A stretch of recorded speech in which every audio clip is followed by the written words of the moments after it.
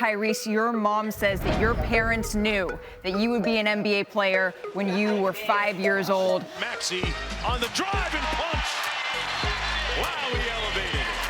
I thank Philadelphia for this opportunity. I promise you, it won't be a regret. Oh, no way, no way. The first 50 spots in the career of Tyrese Maxey.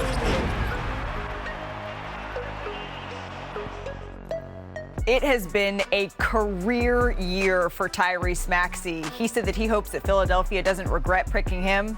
No way. Take a look at those numbers, and it was capped off by a career performance last night with 50 points. And how lucky are we? Tyrese Maxey joining us right here on NBA Today. Thank you so much for stopping by. No, thank y'all for having me. I appreciate it. I appreciate it. Let's just start here. Your 50 points, they are the most by a 76ers guard since Allen Iverson in 2005. How does it feel to hear your name alongside that legendary Sixers company? Yeah, I mean, that feels great. You know, that's a great feeling. I mean, you know, what makes it even better is that we won the game. And, you know, my teammates, shout out to them. They were great. You know, they were feeding me the ball, and they really wanted me to score 50, so it was really cool. Yeah, you talked about how maybe even Joel Embiid wanted you to do it more than you wanted it for yourself. Is that right? Right. If I didn't go get the ball and shoot it, I think he was going to have some choice words for me. So, but it ended up being really great. Yeah, it was a wonderful moment. And then after the game, Joel Embiid, he posts on social media a photo of the two of you, and it says, the franchise. What does it mean that he has that type of confidence in you, that he is calling you the franchise with him? Yeah, you know, honestly, it's great. Joel has been like a big brother to me since day one. I think he's had this confidence in me that I think nobody else probably had around town. But for someone, the MVP, to have confidence in you and want you to go out there and be successful, and he has the ultimate faith in my abilities, it just makes me go out there and be the best version of myself, honestly. Yeah, I'm sure that gives you a lot of fire sort of to fuel your performances as well. I imagine that your phone has been blowing up since last night. What is the best message, maybe the most surprising message that you've gotten? I'll give you two. One was from Coach Cal. He said, how many points did you have last night? 45? And I just laughed at him. And then another one was from my mom. It's my niece's birthday. I have twin nieces, so it's their birthday today. So they had like a little birthday party, and they all watched the game at my sister's house. And if anybody knows me, they know my dad. He doesn't say good game. He's like very strict. So my mom's taking the video, and my grandmother, she's hype. My twin nieces, they're hype. My sisters are hype. And my dad, he's really just sitting there and he's looking like this. And he hasn't smiled one time.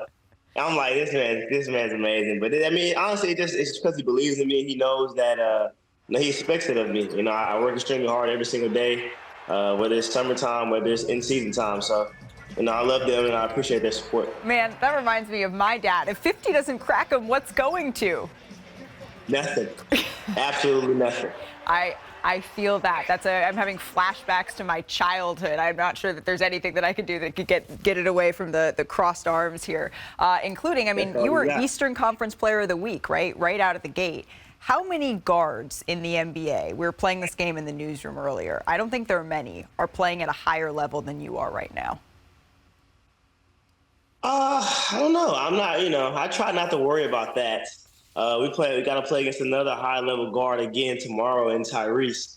And, it's cool, man. It's a guy that has the same name as me. We have the same name, and he's really good as well. So there's a lot of high-profile guards in the East, and not just the East, in the entire NBA right now. So I'm just trying to go out there and help my team win, whether that's me trying to get to the rack and score or facilitate and get the ball to Joel.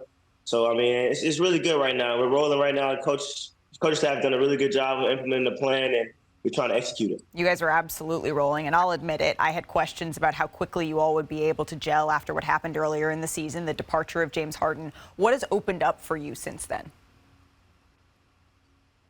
Yeah, Coach Nurse is really he's been on me about being aggressive, honestly. He keeps saying that I'm not being aggressive enough. And Joel's the same way, Tobias. And because the guys on the team and the entire organization and the coaching staff, they believe in me, I just feel extremely confident in going out there and being successful and going out there and just trying to facilitate, trying to help my teammates get better, and then trying to go out there and be successful for myself as well. And for me to go out there and be aggressive, it makes our team really good. I know for me, I've never been an NBA player, but in my own small way, anytime I've been lucky enough to be entrusted with a new big role, I sort of can't help but look at the enormous shoes that I'm filling. I think of like Mike Greenberg, right, on NBA Countdown. Did you have any of that feeling looking at those shoes that you were filling with the departure of Harden? Yeah, it's what's funny about that is I know that if anybody wants me to succeed, it's JH.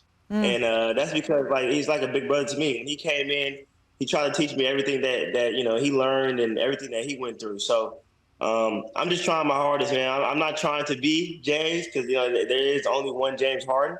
I'm just trying to be the best version of Tyrese Maxey for the Sixers every single night. And I think that's going to help us win games, and that's going to help our organization be successful. And my teammates are really helping me. They are staying patient with me. My coaching staff is staying patient with me. And I appreciate them for that because, there's going to be mistakes. There's going to be bumps in the road, but I go out there and try my hardest. I can guarantee you that. Yeah, I mean, the version of Tyrese Maxey, your best version, has certainly been good enough thus far. And I'm sure, I haven't asked him, but I'm sure James watching you last night was like, yeah, all right, whatever I've passed along to him. I don't know if you heard from him or not, but I'm sure that he sort of felt that in watching all of it. No, for sure. You're off to an 8-1 start, Tyrese. That's the best since 2000-2001 for the Philadelphia 76ers when you all made the NBA Finals. Do you see history repeating itself after this kind of start? Yeah, I mean, honestly, right now we're just focused on getting 1% better every single day, every single practice, every single game. We're not going to look too far ahead. It's always going to be bumps in the road. We know that the season brings adversity. This is just, I'm getting old now, since year 4 for me. So I know that the 82-game season it's a long season, and it's a lot of different runs and different things that can happen within the season. And right now we're going through stuff right now. Shout out to Kelly. Our prayers up to him. That's a little adversity that we're going through right now, and we're just glad that he's okay, and we can't wait to get him back as well. So, but yeah, we're not too focused on the future. We're trying to stay in the present and focus on getting better every single game, every single practice. But as you stay in the present, you look around right now and you're the #1 seed in the Eastern Conference. And all the talk coming into the season was, did you see what the Celtics did with their offseason? Oh, my goodness, did you see what the Milwaukee Bucks did in their offseason? The juggernauts at the top of the East. And then all of a sudden, here you are. Do you find a little pride in proving those naysayers wrong? Yeah, it's a little bit. I don't think we worry about the outside noise.